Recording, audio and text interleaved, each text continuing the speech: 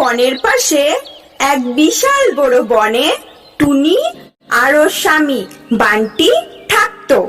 5 বছর হয়ে গেছে, কিন্তু ওদের কোনো বাচ্চা হয়নি।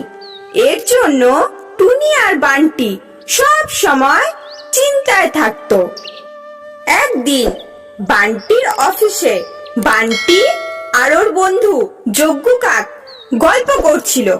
তখন হঠাৎ যজ্ঞ বলে, আরে বান্টি, তুই তো বিয়ে করেছিস, অনেক বছর হয়ে গেল, তা বাচ্চা কাচ্চা কবে হবে? কি রকম মেয়েকে বিয়ে করেছিস তুই? এই কথা শুনে বান্টি খুব রেগে গিয়ে সেখান থেকে চলে আসে। তারপর বান্টি অনেক রাতে নেশা করে বাড়ি ফিরে আসে। আরে বান্টি, তুমি নেশা করে এসেছো? তুমি কবে থেকে এসব খাওয়া শুরু করলে? আমার যেটা ইচ্ছা আমি সেটাই করব। তোর কি 5 বছর হয়ে গেল তুই আমাকে কোনো বাচ্চা দিতে পারিসনি? তোকে বিয়ে করাই আমার সব থেকে বড় ভুল ছিল। যা, বেরিয়ে যা, বেরিয়ে যা, আমার বাড়ি থেকে বেরিয়ে যা। এরপর বান্টি টুনিকে বাড়ি থেকে তাড়িয়ে দেয়। টুনি কাঁদতে কাঁদতে ঘন জঙ্গলে চলে যায়। জঙ্গলে এক নদীর ধারে বসে টুনি কাঁদতে থাকে। হে ভগবান, তুমি আমার সাথে এমন কেন করলে? আমি কি ভুল করেছিলাম? এখন আমি কোথায় যাব?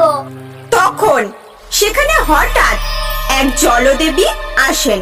আর জলদেবী টুনিকে বলে, কি হয়েছে তোমার? তুমি কাঁদছো কেন? আমার বিয়ে হয়েছে 5 বছর হয়ে গেছে, কিন্তু কোনো বাচ্চা হচ্ছে না।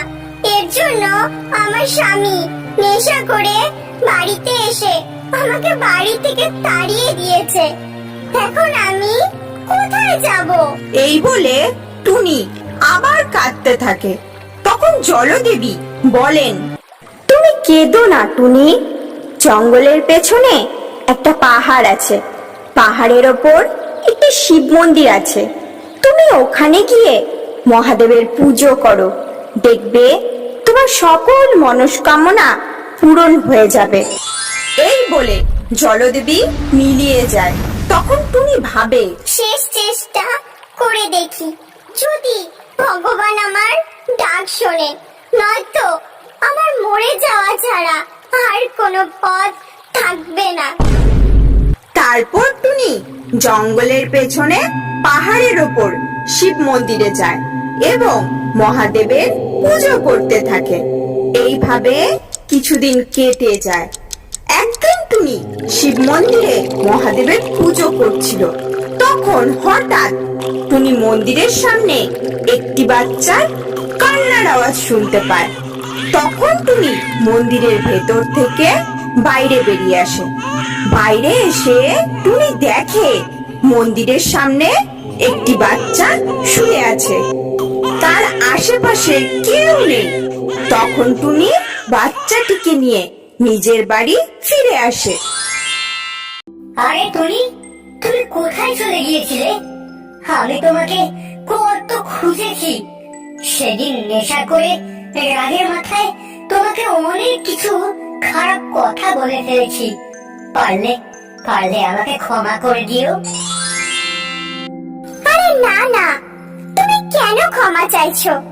তোমার কোনো দোষ নেই, এটা আমাদেরই ভাগ্যের দোষ ছিল।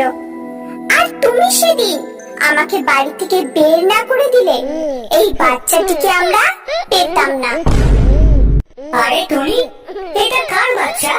কোথায় পেয়েছো তুমি? তখন টুনি বান্টিকে সব কথা বলে।